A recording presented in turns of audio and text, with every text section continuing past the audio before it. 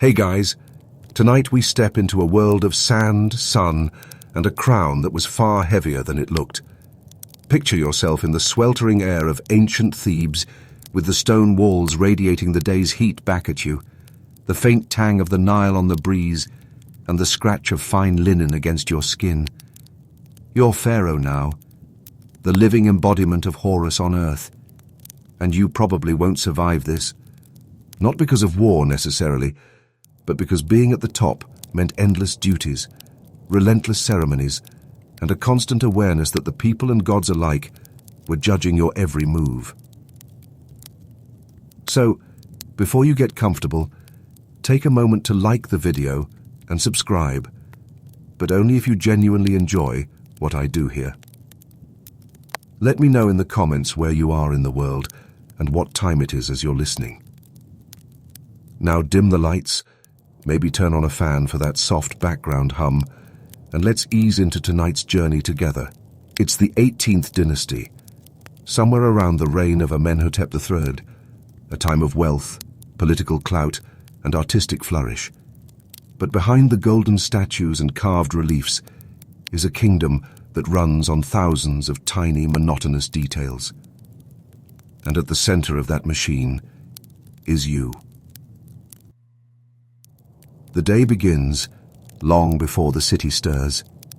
You're roused in the pre-dawn cool, when the limestone palace is still wrapped in shadow. A team of attendants and priests is already moving about quietly, each with their own small, repetitive tasks, preparing the ceremonial oils, polishing the regalia, laying out the clean linen robes. Your life is so bound up in ritual that even waking up is not entirely your own choice. One of the first orders of business each morning is the opening of the mouth. Not the funerary rite you might know by that name, but a symbolic purification that involves rinsing with natron-infused water, an anointing with scented oil, and a recitation of blessings. The priests' voices are low and deliberate, their words centuries old, murmured in the faint flicker of oil lamps. It's meant to prepare you to face the day as a divine ruler. But really, it's a reminder.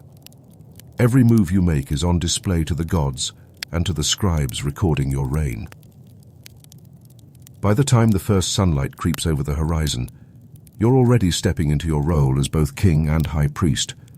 There are offerings to make at the great temple: bread, beer, flowers, and cuts of meat, all presented in a strictly ordered sequence. None of this can be rushed. The gods have their preferences, and the wrong flower in the wrong place could be seen as a breach of Ma'at, the divine balance. That's the thread that holds your entire reign together, and it has to be maintained not just in grand decrees, but in the tiniest daily observances. And then, of course, there's the paperwork. Being pharaoh is less about sitting on a golden throne and more about sitting at a low writing table, listening as officials and scribes read aloud endless reports. You're approving grain shipments, resolving land disputes, authorizing temple construction budgets. Every village along the Nile has needs. Irrigation channels need repair, tax collections need adjusting, disputes between farmers need mediation. If you think you can delegate most of this, remember that every decision is considered a reflection of your divine will. Mismanage the canals in one province, and you're not just seen as a bad administrator. You've upset the gods themselves. The Nile is central to everything, and its seasonal rhythms dictate your workload. In the flood season, there's a certain rest from agricultural disputes, but instead, you're inspecting storage houses, ensuring granaries are sealed against pests, and checking with astronomer priests for predictions about the next year's inundation. In the planting season, your officials report on seed distribution and labor rosters. And in harvest season, your scribes record the yield, not just for taxes, but for the massive temple offerings that must continue regardless of the year's success. The people expect visible signs of your connection to the gods. This means festivals, lots of them. But even a festival is work for a pharaoh. The Opet festival, for example, requires your personal participation in processions, offerings, and sometimes in a journey between Karnak and Luxor temples. This isn't just for show.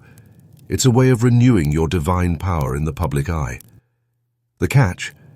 Every step, every gesture, every chant is prescribed, and deviations are unthinkable. In between ceremonies, you might meet with foreign envoys. The tone is always polite, but these are delicate negotiations. You're trading grain for cedar wood from Lebanon, gold for lapis lazuli from Afghanistan, copper from Cyprus for chariots or horses from the north. Every deal is documented, sealed, and stored in the palace archives, a growing mountain of clay tablets and papyrus scrolls that will be referenced long after you're gone. And speaking of archives, your reign will be judged not only by the living, but also by the centuries to come. The scribes recording your decrees are crafting the version of history that will survive, and while you might want to gloss over a poor harvest or a military setback, they have ways of hinting at the truth between the lines. A pharaoh who appears inattentive in the records is one who risks posthumous disgrace, something no elaborate tomb can fix. Meals are another layer of ritual and surveillance. You don't eat alone.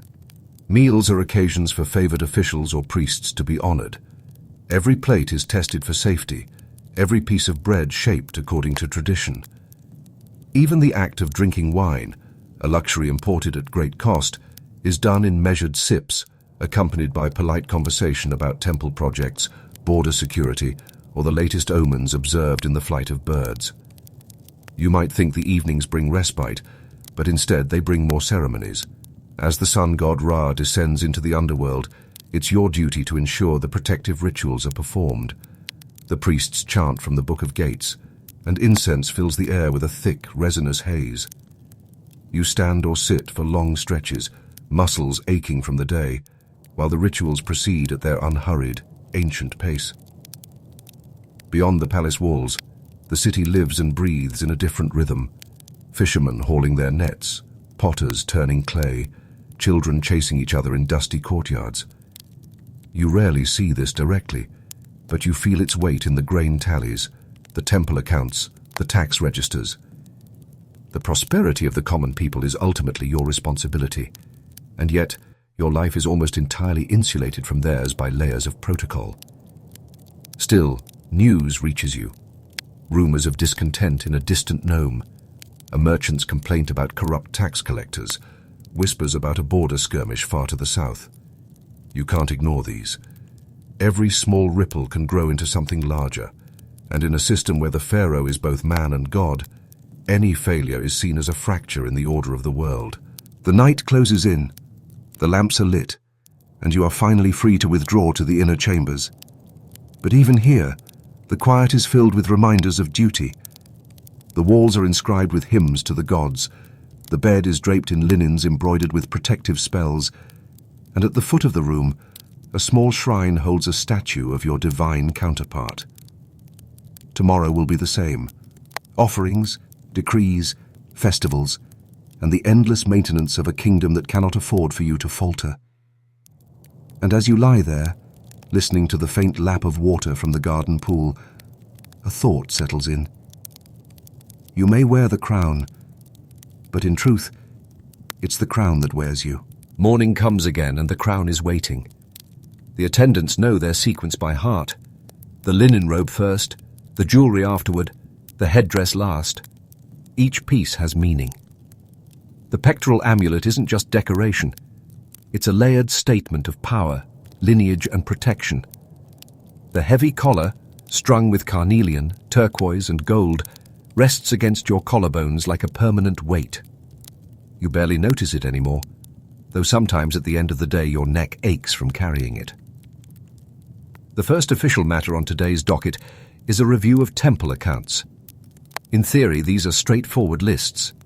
Grain in, grain out, silver ingots received, incense imported, livestock counted.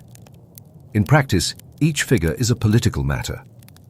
A drop in temple revenue from a distant province might mean drought, local corruption, or simple underreporting. You have to ask the right questions, but never so directly as to offend a high priest whose loyalty you need. The high priests themselves form a power network parallel to your own.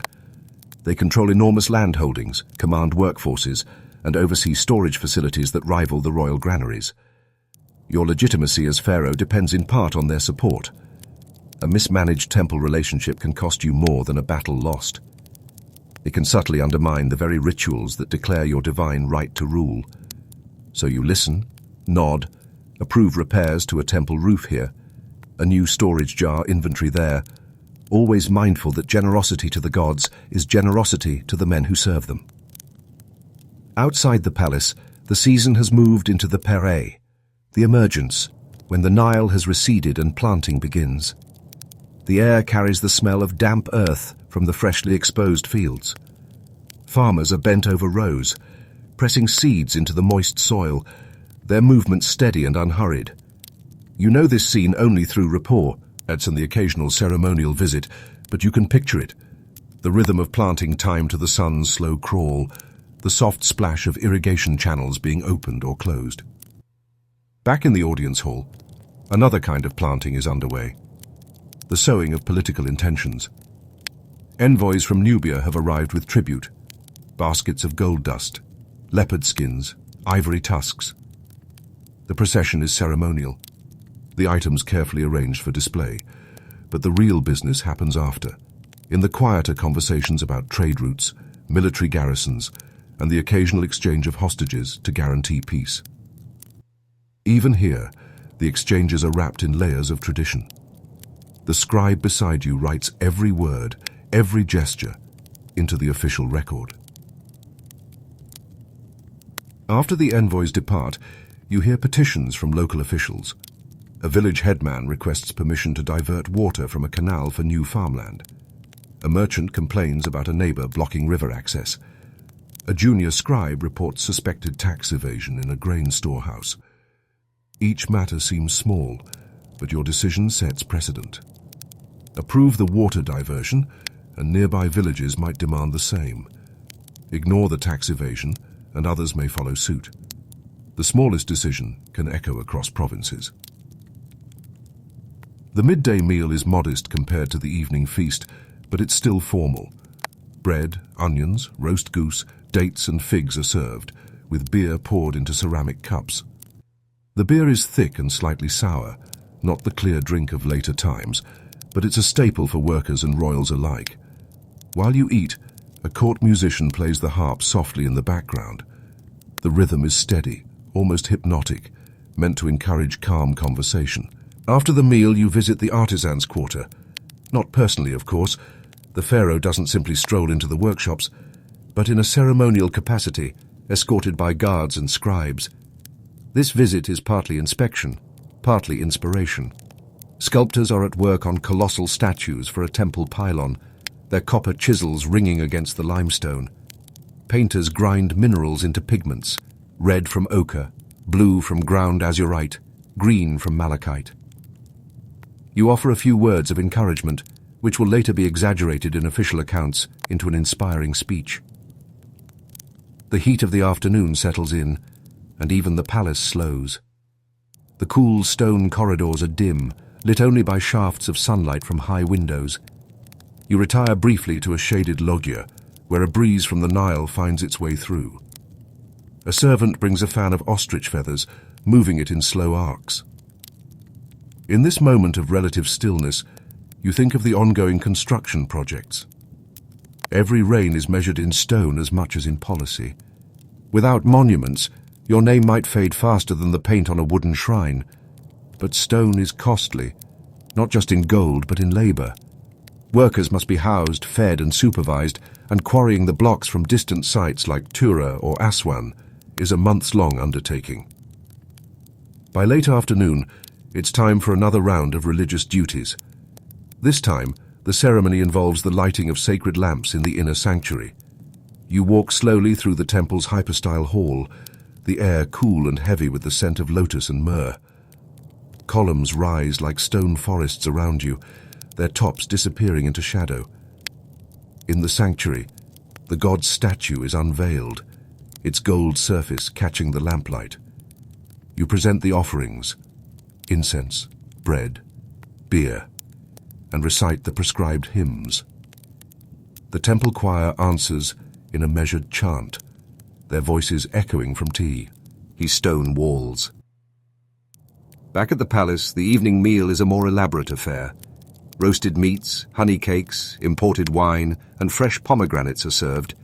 Musicians play lutes and sistrums, and dancers perform in slow, graceful patterns.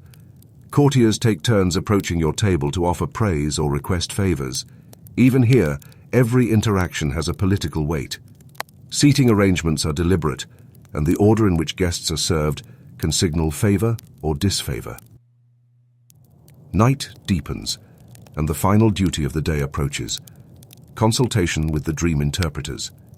Dreams are seen as messages from the gods, and yours are recorded by a scribe, then interpreted by priests skilled in the art. A vision of a falcon circling the sun might be taken as a good omen. A dream of a cracked jar could signal loss or betrayal. Whether you believe these interpretations or not, you cannot ignore them. The court will act on them as if they were divine directives. Before retiring, you walk through the garden courtyard, lit by small oil lamps. The air is cooler now, carrying the faint scent of papyrus and night-blooming flowers. Somewhere beyond the walls, the city still murmurs. Merchants closing their stalls, families sharing evening meals, dogs barking in the distance. You rarely hear these sounds from your chambers, but tonight they seem unusually clear. And as you pause by the pool, watching the reflection of the stars tremble on the water's surface, you find yourself wondering, if Mat is the balance that holds the world together, what happens when the balance within the pharaoh himself begins to shift? The seasons turn slowly in Egypt, but they turn all the same.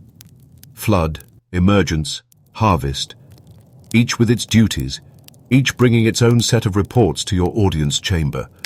The scribe's records are the pulse of the kingdom, and you learn to read them the way a physician reads a patient's heartbeat. A dip in grain yields in one nome might be offset by a surplus elsewhere, but patterns matter. A small decline, repeated over years, can mark the beginning of famine, and famine is more than hunger. It's unrest, migration, the slow erosion of confidence in the one who wears the crown. By your third or fourth year on the throne, the rhythms are familiar. The morning ceremonies no longer feel new, though the priests perform them as if they were the first and only. The procession routes are memorized, the faces of the temple officials as known to you as those of your own household. It's easy to mistake routine for stability, but a pharaoh must not make that mistake. Stability has to be maintained. Foreign correspondence arrives by the chestload, clay tablets pressed with cuneiform from Babylon, Hatti, and Mitanni. Some are polite inquiries about trade, others thinly veiled demands for gold or troops. You dictate responses, your words shaped as much by custom as by intent. A treaty can take months to negotiate, the clay tablets shuttling back and forth along caravan routes or by river transport. Even a minor delay can be read as a deliberate slight. At home, construction continues.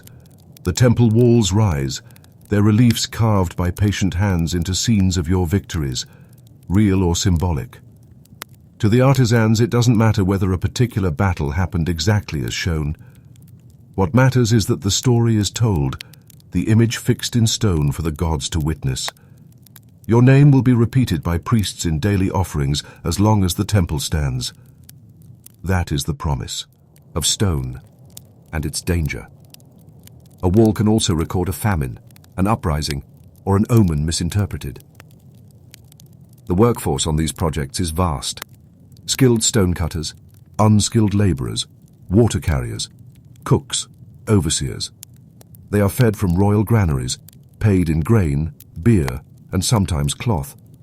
Their labour is a kind of tax in itself, drawn from villages in rotation. If one project runs long or consumes too much manpower, it can delay canal repairs or reduce the hands available for harvest. Balance, again, is everything. The palace archives swell with documents, tallies of tribute, inventories of weapons, lists of temple donations. Some scrolls record personal matters, royal births, marriages, deaths. These are not just family affairs. Each has political ripples. A marriage to a foreign princess can cement an alliance. A royal birth can secure the succession or complicate it, depending on the child's mother. Even illness must be managed carefully in public.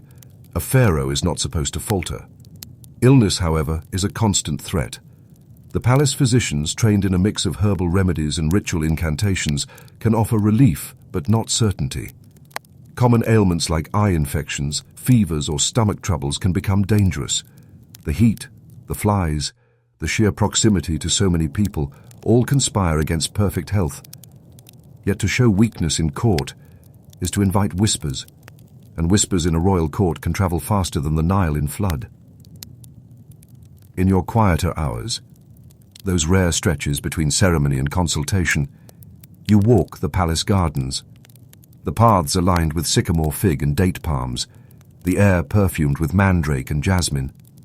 Pools, stocked with lotus flowers, reflect the white walls of the palace, their surfaces disturbed only by the ripple of a fish or the fall of a petal.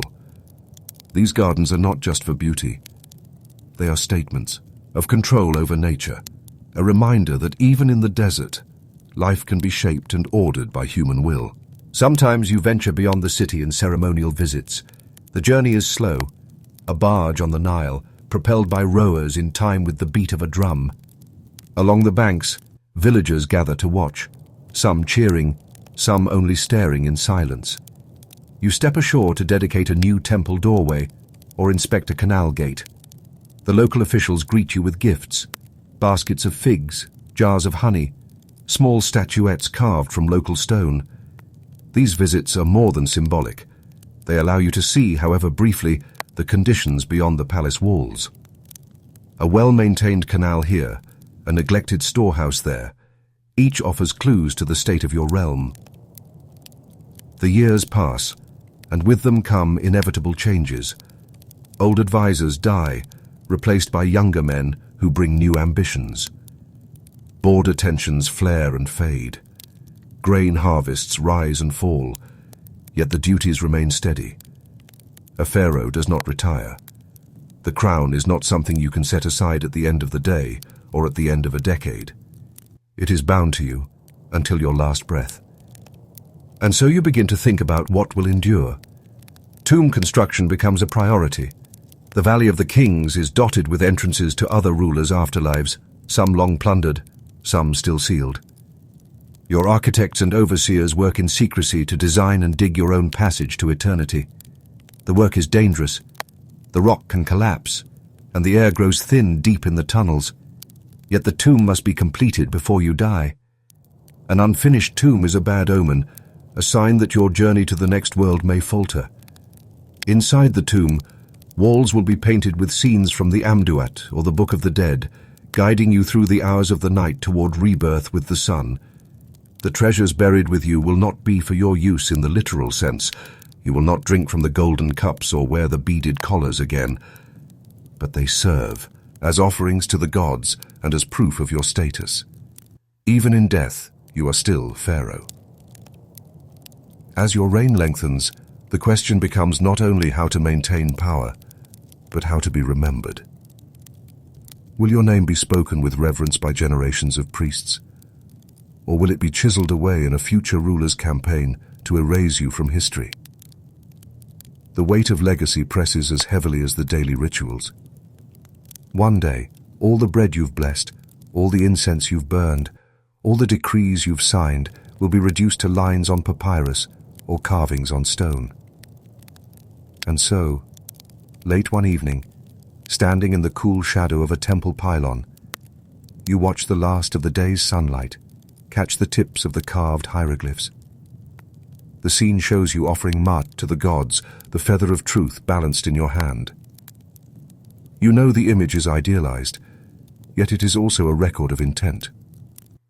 You have tried to keep the balance, to hold the kingdom steady against time, nature, and human ambition.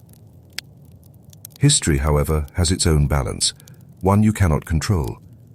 The scribes will write, the stones will stand or fall, the Nile will rise and recede. Your reign will be measured not just in years, but in the quiet accumulations of decision, ritual, and record. And in the stillness of that moment you realize The real power of a pharaoh is not in commanding the present, but in becoming part of the endless past.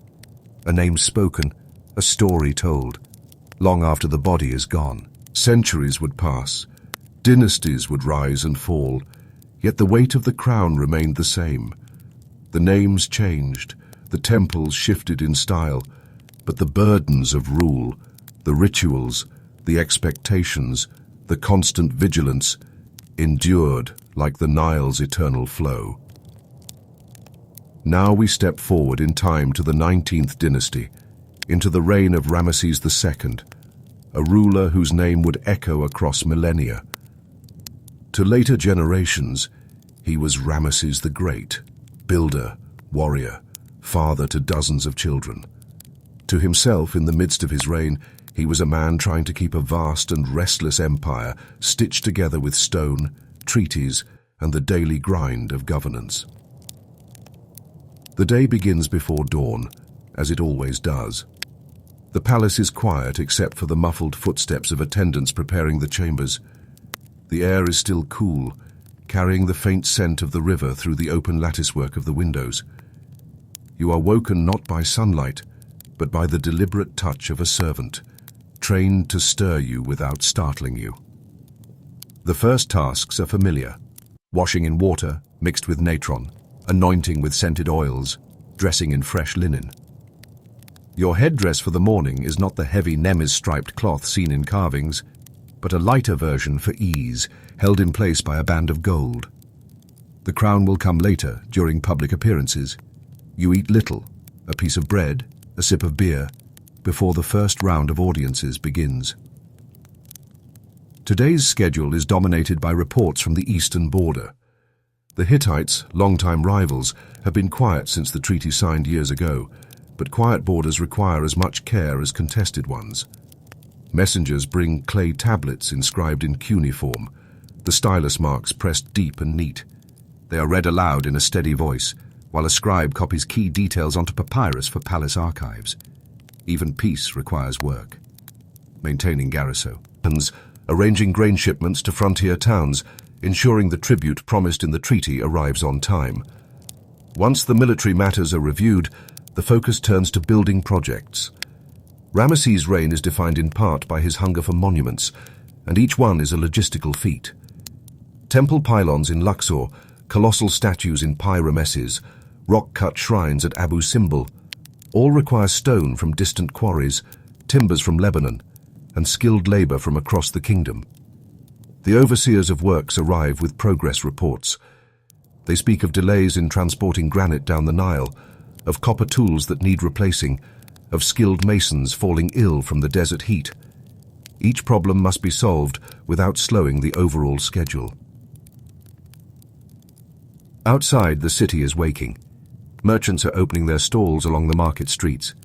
Fishermen are hauling in nets from small reed boats, and workers are making their way toward the construction sites. The smell of baking bread mixes with the sharper scent of fish and onions. Though you rarely walk these streets yourself, the rhythm of life here is tied directly to the decisions made in the palace. A rise in grain prices, a new levy of labor, even a delay in paying workers, all ripple outward into the lives of thousands. By mid-morning, it is time to attend to the temples. The god statues must be dressed in fresh linen, anointed with oil, and offered food and drink. As Pharaoh, you are the ultimate intermediary between gods and people. The temple priests perform most of the rites, but your presence, even for part of the ritual, reinforces the link between your rule and divine favor. The process is slow, deliberate, incense smoke curling upward, chants echoing in the stone halls, the metallic glint of gold and lapis in the half-light. Returning to the palace, you meet with a group of foreign envoys. They bring gifts, jars of honey, exotic woods, baskets of dried figs, and carefully worded requests for Egyptian grain during a lean season. Each envoy bows deeply, the presentation formal. Behind the polite exchanges lies a web of diplomacy, where generosity can secure loyalty, but too much can be seen as weakness. Your scribes will record every item given and received, ensuring that future negotiations can reference the exact balance. The midday meal is taken with select advisors: bread, roast duck, cucumbers, dates, and wine diluted with water. Conversation is practical. An advisor suggests moving troops to reinforce the western frontier. Another urges increasing patrols on the Nile to deter bandit raids on merchant barges. Every suggestion must be weighed against limited resources. More men for the frontier means fewer for building projects, fewer for temple service, fewer for escorting supply convoys. The heat of early afternoon drives much of the palace into quieter work. In shaded courtyards, scribes sit cross-legged with writing boards, copying decrees for distribution to regional governors. The scratching of reed pens on papyrus is steady, almost rhythmic. You take this time to review the accounts yourself: tallies of grain in and out of royal storehouses, lists of deliveries to temple kitchens, inventories of imported goods. Numbers are the skeleton of the kingdom. If they weaken, the whole body falters. Later in the cooler hours, you review plans for the next festival. Festivals are both religious duty and political display. The upcoming celebration at Karnak will require weeks of preparation, brewing extra beer, baking vast quantities of bread, sewing new banners, rehearsing processions. The cost will be high, but so will the reward: a public reaffirmation of divine order and royal legitimacy. The high priests present their requests, and you approve them with careful nods, knowing each yes commits grain, labor, and craft that must be taken from somewhere else. Evening brings another round of audiences, this time with your own family. Dozens of children, born to multiple wives, are part of your political landscape. Marriages are arranged, roles in temple service assigned, and even the education of the youngest is overseen with the kingdom's needs in mind. A son might be sent to serve in the army to prove his capability. A daughter might be wed to a foreign prince to cement an alliance. Dinner is the largest meal of the day. Beef, lamb, vegetables, fruits, cakes sweetened with honey. Musicians play softly, and dancers move in slow, graceful patterns. You take your place at the head of the low table, aware that every gesture will be noted by those present. To ignore a guest's toast, to favor one advisor's joke over another's, can shift court alliances in subtle ways. When the palace grows quiet, you step into the open colonnade to look out toward the river. The moon casts a silver path across the water. Somewhere far upstream, stones for your temples are being loaded onto barges. Downstream, farmers are finishing their last tasks by torchlight. Between them lies the whole kingdom, bound together by the current and by the decisions made in these halls. And as you watch the moonlight drift over the Nile, a messenger approaches quietly. He carries a sealed tablet from the north. The seal is intact, the clay unmarked. Whatever it holds could be routine, or the first sign of a storm on the horizon. The seal cracks under the pressure of the messenger's hands, the faint sound oddly loud in the stillness of the colonnade. The clay crumbles in small pieces, revealing the folded papyrus within. The scribe at your side leans in, eyes following the neat, tight script as he reads aloud. It is not war, not yet, but the letter speaks of tensions along the northern frontier. Hittite merchants have been harassed by bandits, and there are whispers that the local governors suspect the bandits are more than thieves, that they may be soldiers testing the edges of the treaty. You stand there for a moment, listening to the soft lap of the Nile below, weighing the letter's words against the reality you know.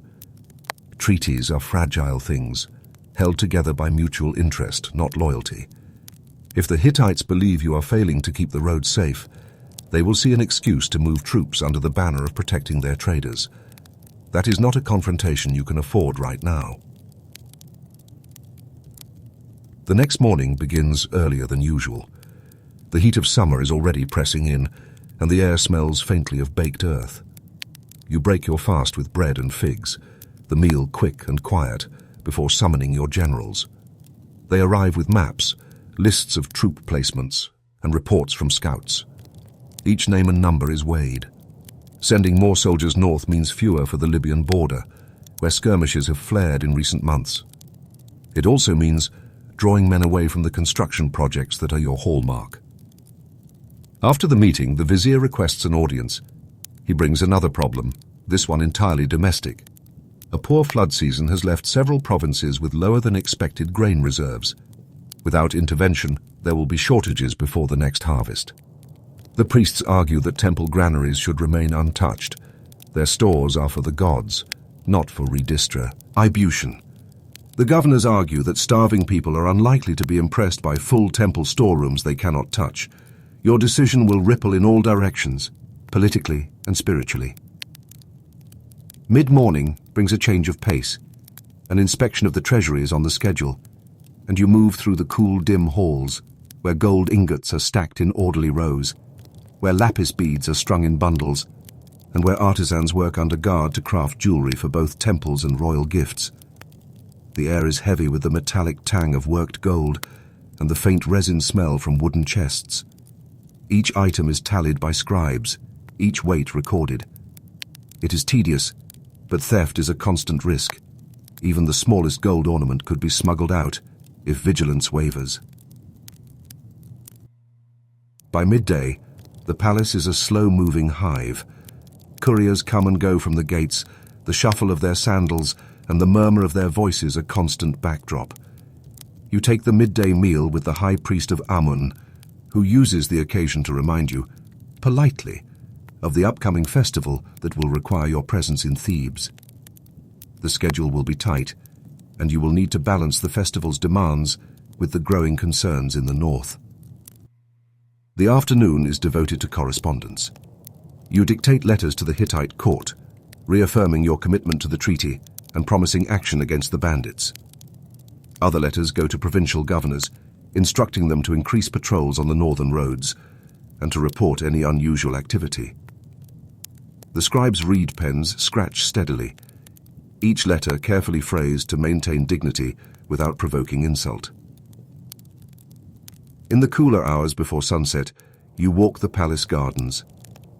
The lotus blooms are beginning to fade in the summer heat, their petals curling at the edges. Servants move quietly among the date palms, trimming dead fronds and sweeping fall. Len leaves. The stillness is deceptive. You know that even now, orders are being carried upriver to mobilize troops, while in the north, scouts are watching for any sign of Hittite movement. Evening brings the formal court session. Courtiers, advisors, and petitioners gather in the audience hall, the tall columns painted in bright patterns, the floor cool beneath your sandaled feet. A merchant complains of increased taxes in his district. A captain requests permission to recruit more men. A provincial scribe brings a gift of carved ivory, its surface etched with scenes of river life. Each matter is addressed in turn, the answers deliberate, the tone measured. Dinner is taken later than usual. The musicians play softly, their melodies steady and unintrusive. You eat roast goose, fresh cucumbers, honey cakes, and drink wine brought from the western oases. Conversation drifts to lighter topics, the progress of the royal children in their studies, the success of the last shipment of papyrus to foreign markets. But the northern frontier remains in the back of your mind. When the court disperses, you retire to the archives. The air here is dry and still, the shelves stacked high with papyrus rolls, each labeled with the year of the reign and the subject matter.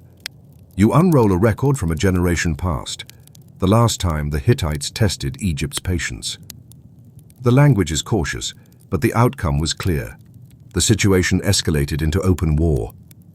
You wonder if history is beginning its slow turn toward that point again. The lamps burn low, casting long shadows across the floor. The sound of the Nile outside is constant, steady. The same river that carried your ancestors' barges, the same river that will carry the stones for temples yet to be built. Somewhere in that steady flow is the reminder that Egypt endures, even when the treaties do not. A guard approaches quietly, bowing before speaking. A fast courier has arrived from the north. He carries no formal letter, only his own words, spoken breathless from the journey. The bandits have struck again, and this time they were armed like soldiers. The courier kneels, head bowed, dust from the northern road still clinging to his linen tunic. His words hang in the cool night air of the archive room. Armed like soldiers. That phrase is heavier than the heat of the day, heavier than the gold crown itself. It means the raids are not the work of common thieves. It means organized, disciplined, well-equipped men, which in turn means someone is testing Egypt. You dismiss the courier to be fed and rested, and the generals are summoned for an emergency council. In the great hall, maps are unrolled across low tables, ink still dark from recent updates. You lean over them, tracing the course of the northern roads with your finger, noting where supply stations, watch posts, and villages lie. The captains report that the last attack took place within sight of a small garrison. The soldiers there were outnumbered and fell back to protect their stores.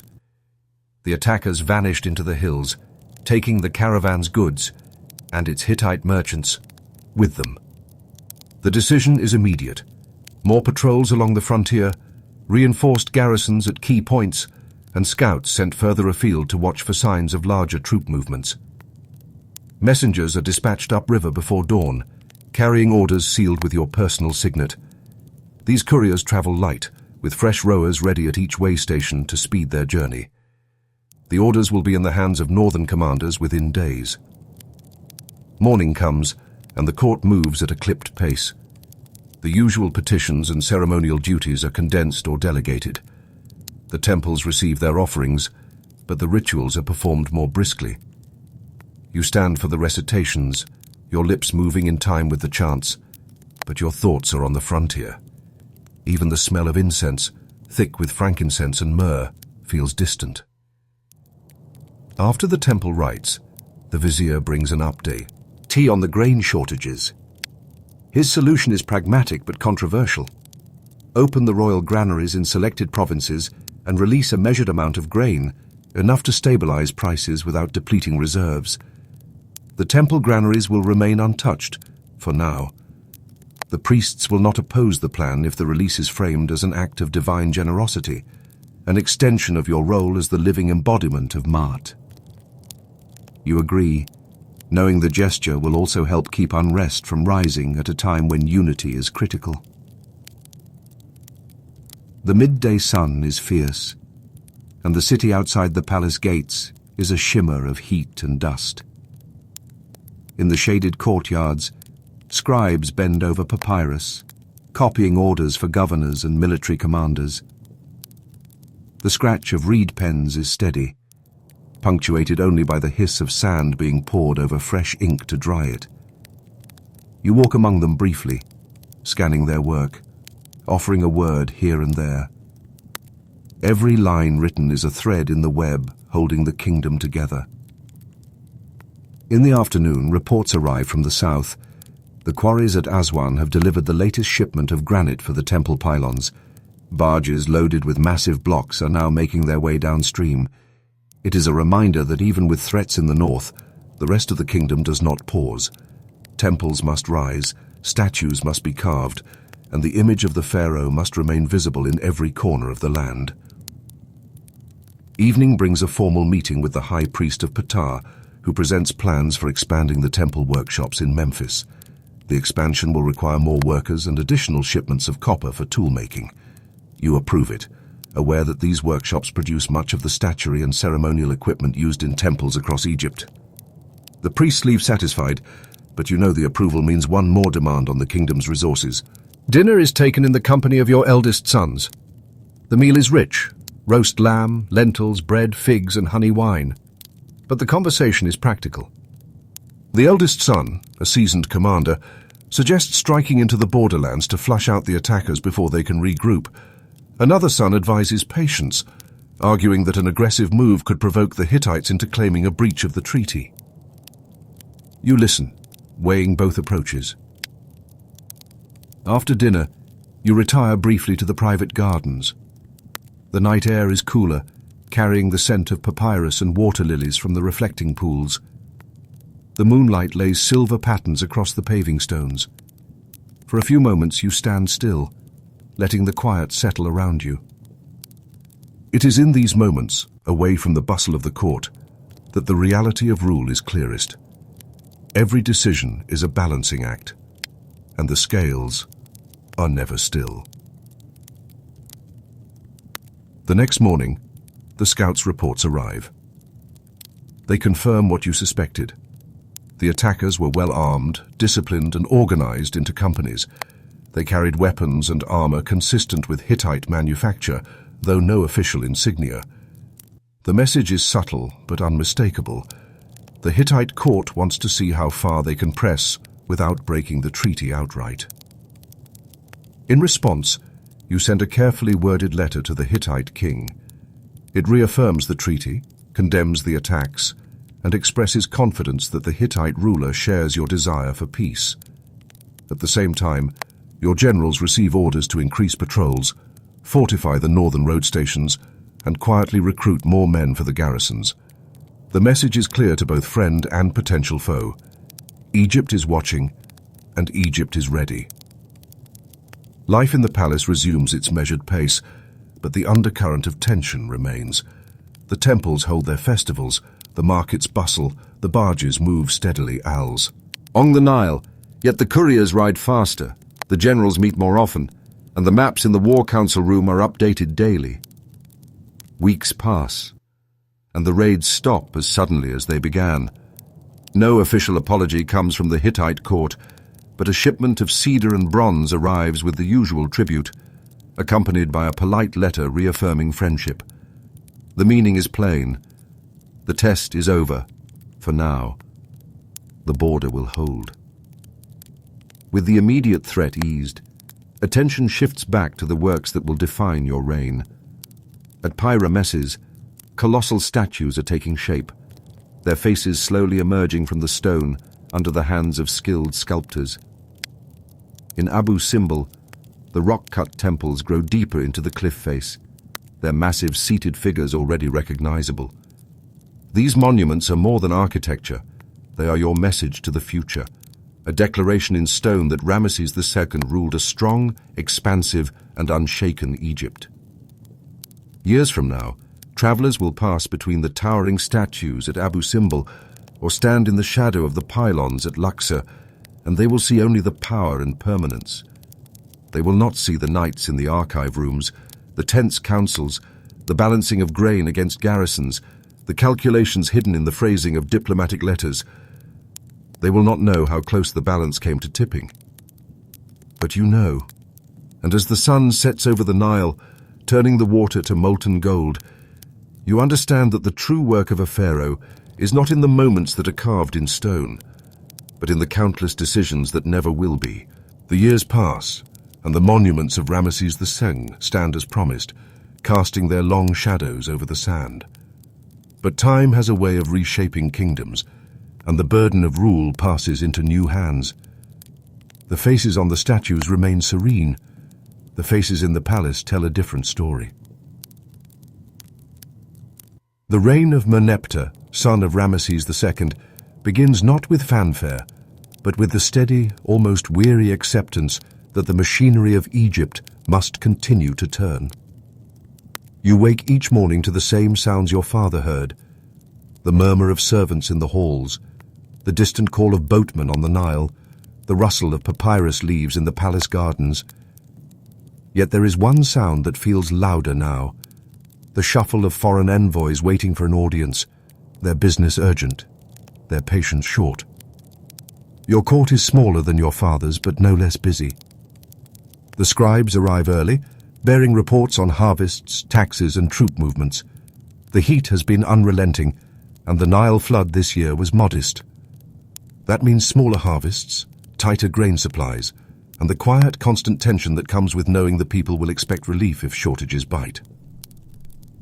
Before breakfast, you receive the first messenger of the day, a lean, dust-covered man who kneels and offers a clay-sealed packet. His message is from the western frontier. Libyan tribes have been sighted moving east in greater numbers than usual. Their migration may be seasonal, but the captains are uneasy. You thank the man, hand the letter to your vizier, and let him begin the work of arranging patrols. The morning meal is plain. Bread still warm from the oven, dates, a little beer, eaten in the cool shadows of the columned hall.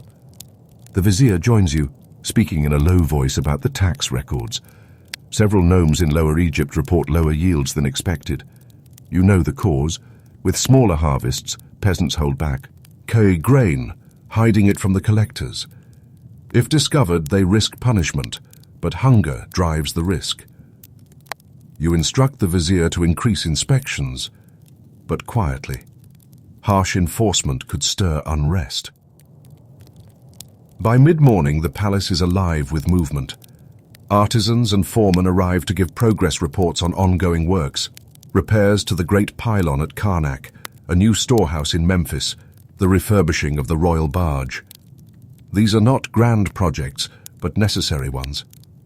A pharaoh must be seen maintaining the land, not just adorning it. The high priest of Ptah arrives next, bringing a request to increase temple funding for the coming festival season. You are cautious. Temples are powerful, but their wealth is already vast, and the treasury is not limitless.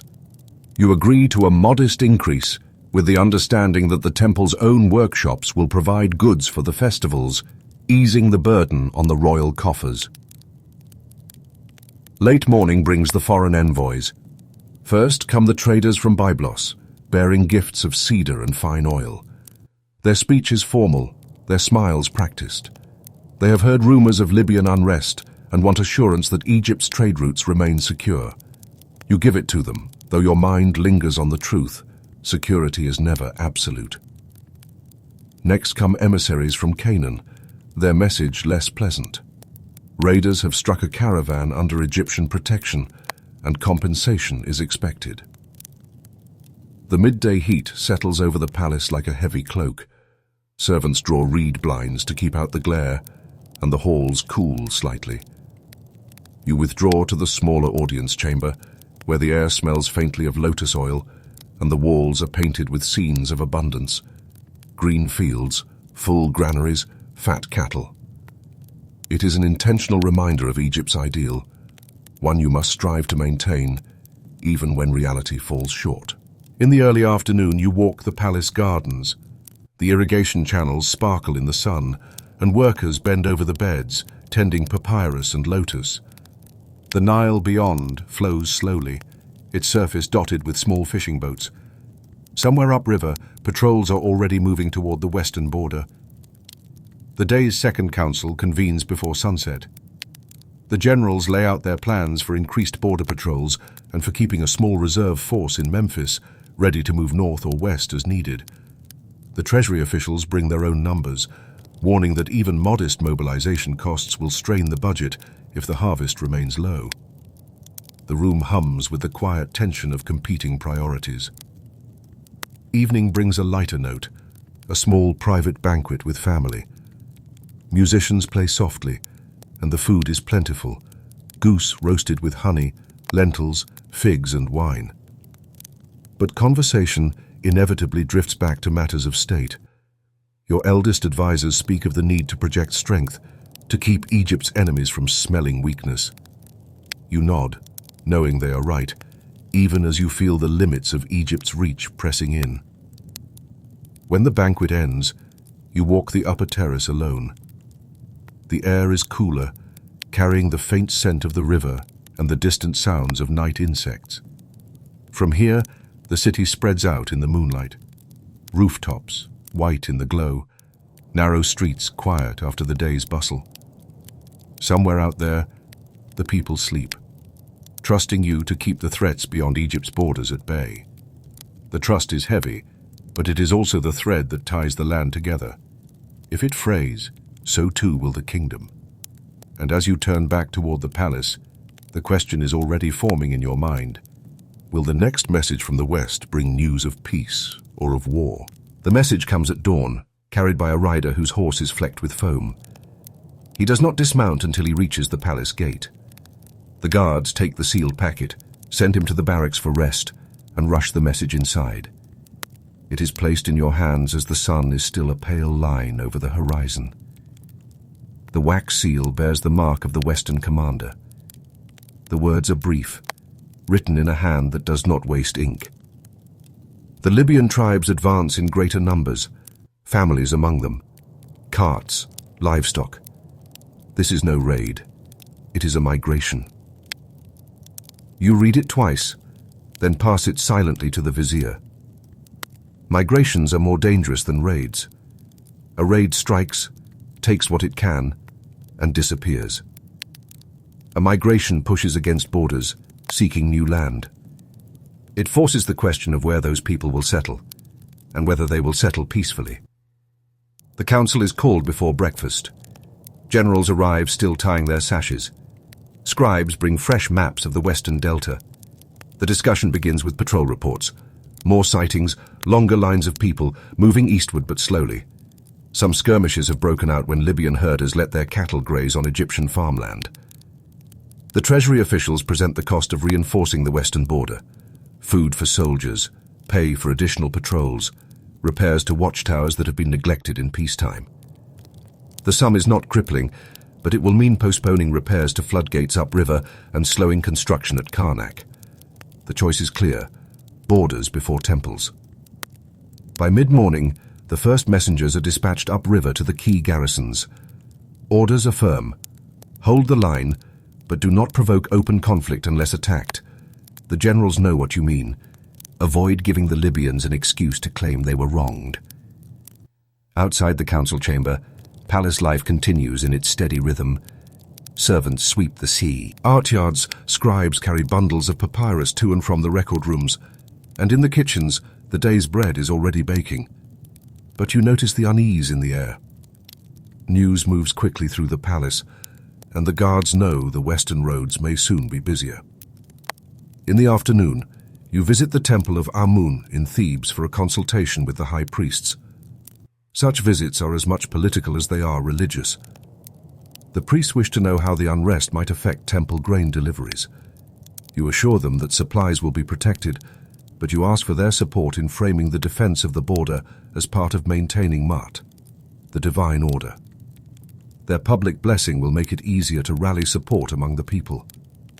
The priests agree, but they also press for more funding to ensure the upcoming festival can be carried out in full splendor.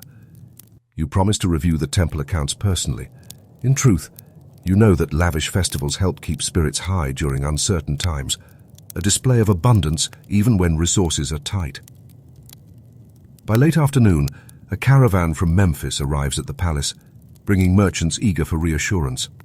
They have heard the rumors and fear for their trade routes. You explain carefully that patrols are being strengthened and that no caravans will be allowed into the Western Delta without escort. It is a promise that will require more soldiers than you have immediately available, but the alternative, merchants abandoning the route entirely, would harm Egypt's economy far more. Evening falls, and the Nile glows in the fading light. You take your evening meal in a smaller room tonight, away from the noise of the main hall. Bread, lentils, and roasted duck are set before you, but you eat slowly, thinking of the maps. You picture the delta's western edge, the twisting canals, the small villages scattered along the front, here. In peacetime, they are sleepy outposts. In times like these, they are the first test of Egypt's resolve. After the meal, you walk to the War Council room. The oil lamps are already lit, casting warm light over the maps and the neat rows of carved wooden figures used to mark troop positions. The generals join you quietly. The plan takes shape. A chain of fortified posts along the most likely crossing points, with mounted patrols to sweep the spaces between them. Grain and water will be stockpiled at each post, enough to hold out for several weeks if cut off. As the council breaks up, one of the younger officers hesitates at the door. He warns in a low voice that the Libyans may be moving because of pressures further west. Drought, overgrazing, or even conflict with other tribes. If so, the flow of people will not stop with one group. You thank him for his insight, though it leaves you with an uneasy sense that the problem is larger than the border itself. In the days that follow, the plan is set into motion. Couriers move constantly between the palace and the frontier. The sound of hammering rings out from the workshops as carpenters repair the great wooden gates for the watchtowers. Blacksmiths work late into the night, forging spearheads and arrow points. The smell of smoke from their forges drifts across the city. Reports from the frontier grow more detailed. Scouts describe lines of people stretching for miles, men, women, children, herds of cattle, wagons laden with goods. They are not moving as an army, but neither are they defenseless. Many carry bows, spears, and shields. The generals debate whether to allow them to pass into controlled settlement zones within Egypt under the supervision of local governors. It would mean more hands for the fields, but also the risk of unrest if they resist Egyptian authority. The alternative, forcing them back, risks a larger conflict, one Egypt cannot afford if the harvest remains low. Your nights grow shorter as the weight of the decision builds. You spend long hours with the scribes, reviewing grain accounts, calculating how many mouths Egypt can feed without cutting into the reserves. The numbers are tight. Even a modest influx of new people will strain supplies. In the midst of these concerns, life in the palace retains its ceremonial face. Festivals are held, processions wind through the streets, musicians play in the courts. The people see stability, the palace works to make it so. Behind the scenes, the War Council meets twice as often, and the maps are never rolled away. One morning, a report arrives that changes the tone of the discussions. A group of Libyan leaders has approached the frontier outpost under a flag of truce. They request a meeting to negotiate passage and settlement terms. The commander at the post sends word that the group is small, unarmed, and willing to wait for your reply. The offer is tempting. Negotiation could avert open conflict and allow Egypt to set the terms of settlement. But it could also be a stalling tactic while more people move toward the border. The generals are divided. Some urge sending an envoy immediately, others warn against committing without more information. You dismiss the council for the night, telling them you will decide in the morning. Alone in your chambers, you look out toward the west, though the desert hides its secrets beyond the horizon. The air is still, and the lamps burn low. Somewhere out there, on the far edge of Egypt's reach, a group of men waits for your answer. Whether they are the key to peace or the beginning of war, you cannot yet tell. The morning air is cool when you step into the council chamber. A thin haze lies over the city, softening the edges of the whitewashed walls and palm crowns. Outside, the streets are already stirring. Inside, the chamber feels heavy with expectation. The generals stand at the ready. The vizier has arranged the papyrus records of past treaties on the long table, their reed cords still tied. Scribes hover near the door, pens and fresh sheets ready to capture every word. You have made your decision. Egypt will meet with the Libyan leaders, but on Egyptian soil, within sight of an armed garrison. The meeting will be held at the Western Delta's largest watchtower, its mud brick walls baked hard by years of sun, its height a reminder of who holds authority here. By midday, the message is dispatched to the frontier commander. 2 days later, word comes that the Libyans have agreed to the location and will arrive within the week. The preparations begin at once. Grain and water are stockpiled for the garrison, the tower walls repaired and whitewashed, the surrounding fields cleared so nothing can approach unseen. The envoy you choose to lead the talks is an older, respected official, one who has dealt with foreign merchants and tribal envoys before. He will speak plainly but firmly, and he will carry your terms. The Libyans may settle only in designated lands, under Egyptian oversight, and must provide a portion of their labor for state projects. The days pass with a taut stillness, like the pause before a floodgate opens. In Thebes, life goes on. The markets bustle. Temple processions wind their slow way through the streets. Fishermen mend their nets along the riverbanks. But in the palace, eyes turn constantly westward. When the meeting day comes, a runner brings news as the sun rises. The Libyan leaders have arrived. 6 men, each with an escort of 3, their cloth dusty but their posture upright. They carry no visible weapons. The commander welcomes them into the outer courtyard of the watchtower, where mats and low tables have been set in the shade. The talks last from morning until nightfall. Your envoy's reports, sent by Fast Rider, describe a cautious but civil exchange. The Libyans admit their people face drought and conflict in their own lands. They do not deny that some have raided Egyptian farms, but insist these were isolated acts, not sanctioned by their leaders. They ask for land where their cattle can graze and where their people can farm without fear of being driven back. Your envoy presses Egypt's position. Settlement will be allowed only in specific zones along the western edge of the delta, close enough to be monitored, and the newcomers will owe labor service to the state. In return, they will receive grain rations until their first harvest. By the second day, agreement is close. The Libyans push for more autonomy. Your envoy holds firm. The final terms are signed on papyrus and sealed with clay. The marks of both sides pressed deep. In the weeks that follow, the migration is channeled into controlled settlements. Egyptian officials oversee the allocation of plots, the digging of wells, and the distribution of rations. The Libyans arrive in small groups, herding cattle, carrying baskets, leading children by the hand. Some grumble at the restrictions, others seem relieved to have reached safety.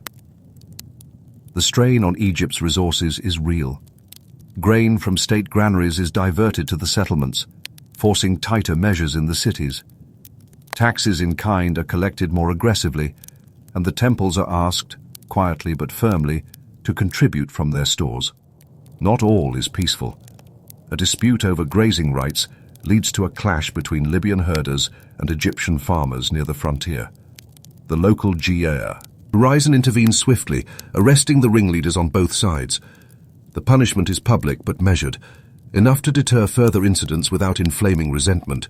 By the year's end, the first Libyan-built houses are taking shape in the settlements, low rectangular structures of mud brick, their yards fenced for livestock.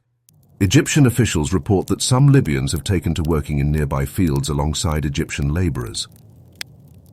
In the palace, the matter fades from daily discussion, replaced by other concerns: repairs to floodgates damaged by a late-season surge, negotiations with traders from the north, the never-ending temple accounts.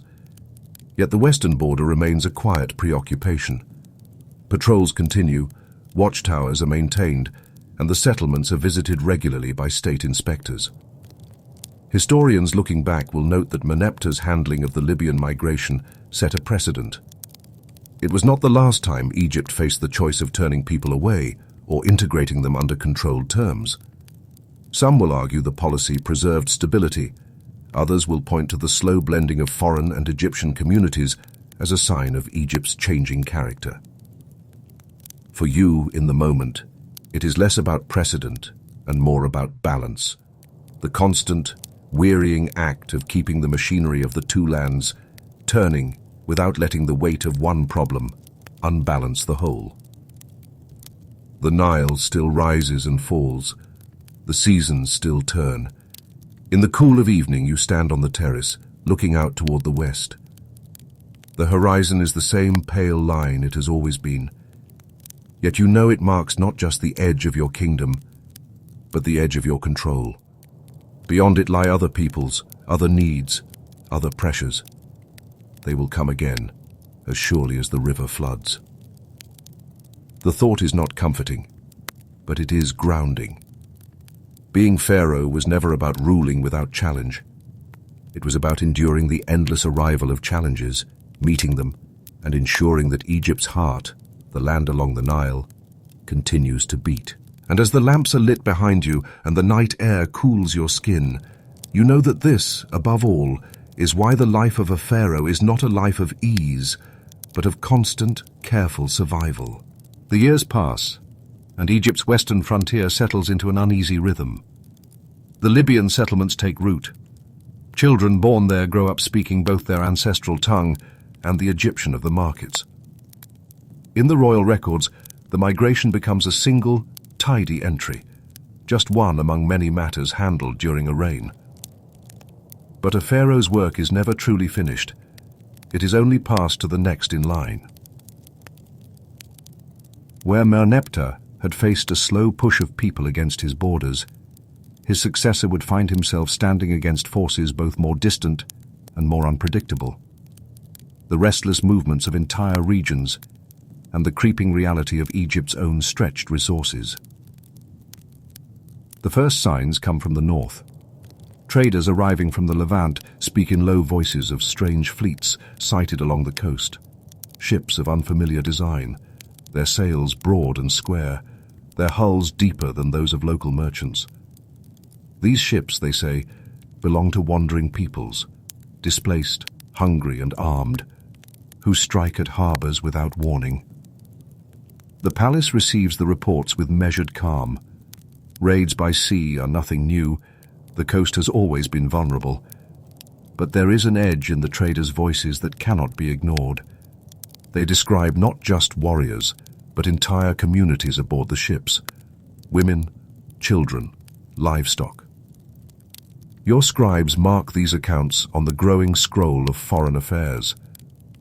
The vizier notes them in council meetings, but keeps the focus on domestic matters: the harvest, the maintenance of canals, the collection of taxes in grain and labor. In the capital, the days are much as they have been for centuries. The Nile runs broad and steady, its banks busy with barges loaded with grain, limestone, timber.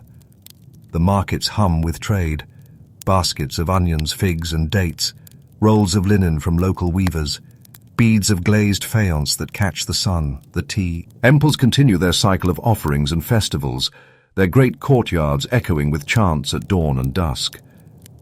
Yet the rhythms of state administration run like a constant undertone beneath the visible life. In the audience hall, petitions are heard daily. Disputes over field boundaries, complaints of missing grain from storehouses, requests for tax relief after poor yields. These are not the matters that fill the inscriptions carved in temple walls, but they are the matters that keep the country from sliding into disorder. One morning, a messenger from the northern garrison arrives with a sealed papyrus. The commander reports a small fleet sighted off the coast, 6 ships, keeping their distance but clearly observing the shore. No attack is made, but fishing boats avoid the area for days afterward. The council meets in the afternoon heat. The general responsible for coastal defense argues for reinforcing the garrisons along the main harbors. The treasurer warns that diverting resources from inland projects will slow repairs to the delta's aging floodgates. The priests, when consulted, speak of the need to honor the gods with full offerings, lest divine favor waver in the face of foreign threats. The pharaoh listens, weighing the familiar balancing act: defense, infrastructure, religion, knowing that each competes for limited manpower and grain. Orders are given to increase patrols along the coast without yet committing to costly fortifications. It is a compromise that buys time, but only that. As the year turns, the reports from the north grow more frequent. Ships come closer to the harbors before turning away. In one fishing village, men claim to have spoken with traders who saw these newcomers at anchor further along the coast, tall, fair-haired, dressed in garments of woven wool, trading ivory and bronze goods of unfamiliar style. The palace scribes copy these descriptions into the archives, alongside careful sketches of the ships based on the fishermen's recollections. No one yet calls them by the name they will later bear in Egyptian inscriptions, but the sense of an approaching storm begins to settle over the council. Daily life for most Egyptians remains unchanged. In the fields, farmers tend to the winter crops, irrigating the barley and wheat with water drawn from the canals. In the workshops, craftsmen fashion amulets, chisel hieroglyphs into limestone blocks, and weave fine linen for temple use. The state granaries continue to fill, though in some regions the yield has been lower than expected, a fact quietly noted by the scribes who track every shipment. But the machinery of the state, the constant moving of goods, people and orders, begins to feel the strain of preparing for a threat that is still more rumor than reality. Additional patrols mean more rations, more arrows, more spearheads. Each demand is small in itself, but together they press against the limits of what Egypt's system can sustain without sacrificing other needs. One afternoon, in the shade of the palace colonnade, you meet with the chief architect overseeing the repair of the delta floodgates. he speaks of shortages, of timber, of skilled laborers, as men are redirected to coastal defense. The floodgates, if left too long in disrepair, could fail during a high Nile, flooding farmland and washing away entire villages. It is a reminder that Egypt's greatest threat is not always the enemy beyond its borders, but the river that gives it life. Meanwhile, the temples press for their own priorities. The festival of Opet approaches, when the image of Amun is carried in procession from Karnak to Luxor. The priests insist the ceremonies must be lavish, both to honor the god and to show the people that Egypt remains pro-tier, sparse and secure. You approve the necessary grain and beer allocations, knowing that the sight of abundance will strengthen morale, even if it means drawing down reserves at a time when every measure of grain has competing claims. As spring turns to summer, the coastal watchers send word of a larger fleet, more than a dozen ships, sailing eastward beyond the delta. They do not land, but the mere sight of them sets the garrisons on edge. The council debates whether to send envoys to coastal allies for more information. Some argue for building alliances now. Others warn that showing concern could be read as weakness. Through it all, the work of governance continues in its unchanging pattern. The audience hall fills each morning with petitioners. The scribes' hands fly across fresh sheets of papyrus, and the granary's keepers mark each jar and sack with the neat symbols of the state. It is this steady, unbroken attention to the ordinary, more than the grand victories carved in stone, that allows Egypt to endure from one ruler to the next. Still, at night, when the palace grows quiet and the air cools, you find yourself thinking of those ships, of people you have never seen, moving across waters you will never sail, yet somehow drawing closer with each passing season. What drives them? Hunger? War? The search for new land? You do not yet know, but you sense that whatever it is, it will not stop at Egypt's shore. And so, even as you attend to the measured turning of Egypt's daily life, the thought remains. The calm before a storm is still only calm until the first wave reaches the sand. By the next flood season, the Nile has risen well and the fields shimmer green along its banks, but the reports from the coast have taken on a sharper edge. The watchers at the Delta harbors speak of ships that linger longer now, sometimes for days, their crews hauling up nets heavy with fish and strange shellfish, mending sails in the open sun. They trade with local fishermen for water and bread, offering in return bronze blades and jars of oil from lands unknown. Some of the fishermen, curious and unwary, step aboard the foreign vessels. They describe decks crowded not only with men but with women and children, goats tethered near the stern, and bundles of woven mats and pottery stacked against the mast. These are not raiders in the strict sense. They are whole communities afloat, their ships carrying both war gear and the tools of daily living. The palace scribes commit each account to papyrus. In the council chamber, the tone shifts from cautious watchfulness to wary calculation. The general responsible for the northern coast urges the construction of a fortified harbour, a deep-water port with stone quays and high walls from which archers can watch the sea. The treasurer pushes back. Such works would take years and demand resources that the state is already stretching to meet inland needs. The vizier proposes a compromise: strengthen the existing coastal watchtowers, station more men at the key river mouths, and establish clear protocols for signalling inland garrisons if trouble comes. These measures, less costly than building from the ground up, could be enacted quickly. As the debate runs on, the cycle of ordinary governance continues uninterrupted. The overseers of the granaries in Middle Egypt send their annual tallies, columns of neat hieroglyphs marking the yield in sacks and jars. The temple scribes submit requests for extra oil and incense, citing Ushur. Means that must be countered with more offerings.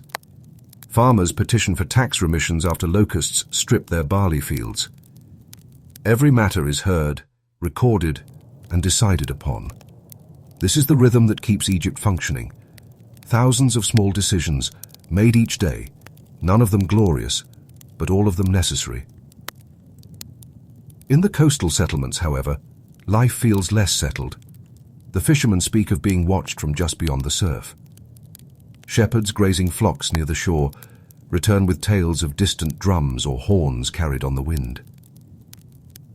One late afternoon, word comes that a cluster of foreign ships has entered a small unfortified inlet east of the delta. The local garrison approaches cautiously. The foreigners do not attack. Instead, they stand on the shore, their weapons sheathed, and offer gifts: dried fish, woven baskets, carved wooden figures of birds and beasts. The exchange is brief. That night, the ships depart. To the coastal commanders, this encounter confirms what the fishermen have been saying for months. These newcomers are not mere pirates. They are migrants, seeking land or resources, willing to trade but also armed enough to take what they cannot get by bargain. You order that further landings be discouraged unless under the watch of a full garrison. The foreign goods are sent to the palace for inspection. The wooden carvings show creatures unfamiliar to Egypt: long-necked birds with sweeping wings, horned animals unlike any in the Nile Valley. The jars of oil have stoppers sealed with wax instead of clay. The court artisans study these objects with interest, noting the foreign techniques. But the generals study them differently, seeing them as evidence of organized societies capable of outfitting large fleets and sustaining them for long journeys. The Nile year moves forward. Floodwaters recede, fields are sown, the canals are clear. D of silt. In the cities, the great festivals proceed on schedule. Statues are paraded through the streets, drums and sistrums mark the rhythms, and the scent of incense drifts from temple gates. Yet beneath the familiar pulse of life, the quiet preparations continue. More archers are trained in the delta, new arrowheads are forged in the forges of Memphis. Messages are sent to allied rulers along the coast, seeking news of movements further north. One such message brings troubling news. In the lands of Canaan, a fortified port has been burned.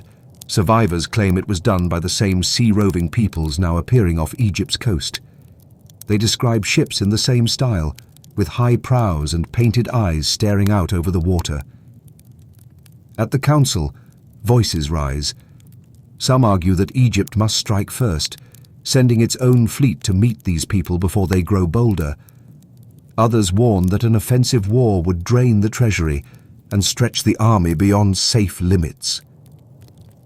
You hold to the line of defense for now, but the pressure mounts. The harbour masters report fewer merchant ships from the north. Trade in cedar, copper, and fine oils has slowed. Merchants complain in the markets. The priests note that the offerings to the gods are not as rich as in past years. Even the most ordinary routines begin to feel the strain. Grain transports to Upper Egypt are delayed as barges are diverted to carry soldiers and supplies to the delta. Temple workshops wait longer for shipments of imported incense. Farmers along the floodplain hear rumors of trouble and wonder if it will reach them. In the quieter hours of the night, the questions return. If these people come in greater numbers, will Egypt be able to turn them back without leaving other parts of the two lands exposed? And if they cannot be turned back, what then? For now, you give the only order that seems possible. Watch the horizon, strengthen the patrols, and prepare for a test whose full weight you have yet to see. The day the horizon darkens with sails, the watchers at the river mouth waste no time. Fires are lit in the towers, smoke curling upward to signal the inland garrisons. Messengers ride hard toward the capital with the news. The ships are not a handful now, but a fleet. Too many to count at a glance. From the coastal fortifications, the view is unlike anything the soldiers have seen before. Row upon row of ships, their high prows carved and painted, their sails swelling in the wind. On their decks, men stand with spears and bows, their shields held ready.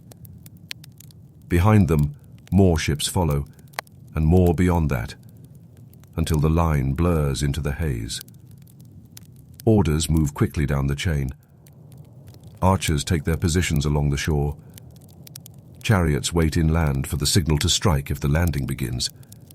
The pharaoh himself, though not at the coast, has already been briefed, the council having convened before the messengers arrived, expecting this moment. When the first of the foreign ships reaches the shallows, the archers let fly. Arrows clatter against shields, some finding their mark. The attackers respond with their own bows, the exchange sharp and sudden. The water churns as oars beat the surface, driving the vessels forward. The fighting is not a grand clash of armies in the open field. It is a series of sudden pushes and retreats, the shore a shifting line of control. Chariots sweep in where the enemy tries to advance inland, their speed and maneuverability breaking small groups apart before they can form a steady front. Hours pass. The sun climbs high, the heat thick in the air. For every ship driven back, another presses forward. The attackers seem tireless, their voices carrying over the crash of the surf. Yet the defenders hold, the archers steady in their work, the chariots darting in and out like stinging insects. By nightfall, the foreigners withdraw to their ships. Fires burn on the beach where some of their craft have been destroyed. The defenders count their dead and tend to the wounded. The next day brings a different scene. The foreign fleet is still offshore, but no landing is attempted. Instead, they sail eastward, the long line of ships slipping away into the morning mist. In the capital, the news is received with relief, but also with caution.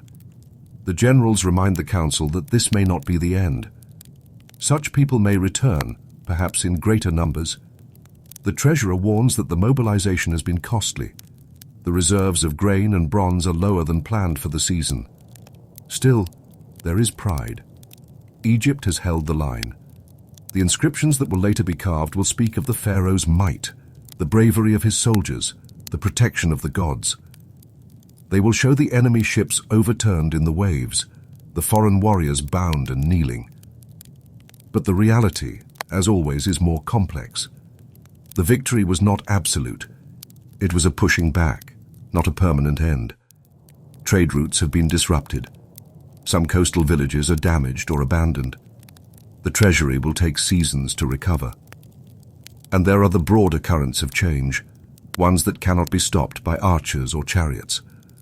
Other lands to the north and east have already been altered by these migrations. Old kingdoms have fallen. New settlements have appeared where none existed before. The movement of peoples does not stop at a single battle. In the weeks that follow, Egypt strengthens its coastal defenses. Watchtowers are repaired, garrisons expanded. The fleet is kept ready, though it means fewer ships for transporting goods along the Nile. The priests conduct ceremonies of thanksgiving, and the people bring offerings to the temples, grateful for safety, for now. Daily life resumes its familiar patterns. Farmers return to the fields, their plows turning the soil for the next planting. Craftsmen return to their workshops. Merchants begin to see foreign goods trickle back into the markets, yet the memory of the fleet lingers. In the minds of the coastal watchers, every sail on the horizon is now suspect. In the palace, every message from the north is read with a certain tension. Years later, the official record will condense all this into a handful of lines. The arrival of the foreigners, the pharaoh's victory, the protection of Egypt.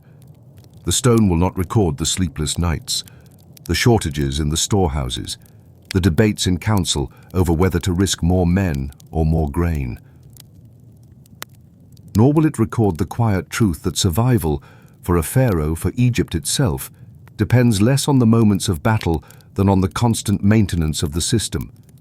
The canals kept clear, the grain measured and stored, the watchtowers manned, the scribes' hands moving steadily over papyrus. In that way, this battle is not the end of a story, but part of the same long labor that has always defined the throne. Pharaohs come and go, victories are won and lost, but the daily work endures, necessary, unending, often uncelebrated. And perhaps that is the truest measure of why it was never easy to wear the crown of Egypt. The glory might be carved in stone, but the burden was carried every day, in every season, whether the horizon was empty or filled with sails.